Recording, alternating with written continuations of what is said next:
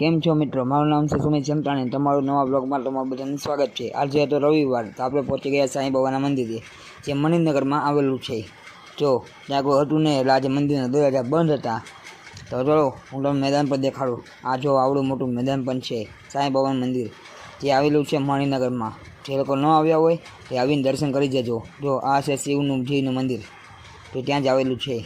જો આ છે આવડું મોટું સાંઈ બાબાનું મંદિર. જો પછી ત્યાંથી હું પહોંચી ગયો લાઠી રોડે, જો સ્માર્ટ બજારમાં ખરીદી કરવા. પણ ખરીદી તો કંઈ થઈ નહીં, ખાલી જોવા ગયા હતા આપણે આટો મારવા. જો આવડું મોટું છે શિરડી. હું પહોંચી ગયો ગાંધીબાગમાં. જો ગાંધીબાગમાં આટા મારવા માટે.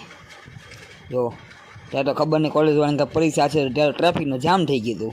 કોલેજવાળા જ લોકો કરા, લેડીઝ ને જેન્ટ્સ ને બધા. જો બાકા ચીકી બોલાવતા હતા બધા. લે પછી ત્યાંથી પહોંચી ગયો હું બસ સ્ટેન્ડમાં સાંજે, જો લાઠી જવા માટે. કારણ કે લાઠીમાં આવેલું છે ભવાની ગાર્ડન. જો નવું બન્યું છે એટલે. તો ચાલો હું તમને વિઝિટ કરાવું ભવાની ગાર્ડનની. હું પોતે જ છું. જો સબૂત માટે મારું મોઢું પણ દેખાડી દઉં તમને કે હું પોતે આવ્યો છું ભવાની ગાર્ડનમાં, જે મારી પાસે જોઈ શકો છો તમે. એ સૌથી પહેલાં કરી દો દ્વારકાધીશના દર્શન. જો કૃષ્ણ ભગવાનને આજુબાજુમાં ગૌ માતા છે, મોર છે, નંદી છે. જો પછી આગળ ગયા તો 4 હંસ મળી ગયા. તો જો 4 થી 5 તો હંસ છે, એટલે કે ઘોડા.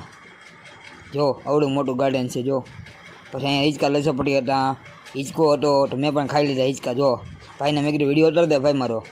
જો વિડીયો ઉતાર નાખ્યો મારો. વાંહે તો સૂર્યપ્રકાશ આવતો હતો જો એમાં પાછો. પછી અમે વયા ગયા ચિલ્ડ્રન ગાર્ડનમાં. ત્યાં હતું બગીચો જવું, જો નાના બાળકો માટેનું પ્લે એરિયા કહેવાય ને, એ હતું.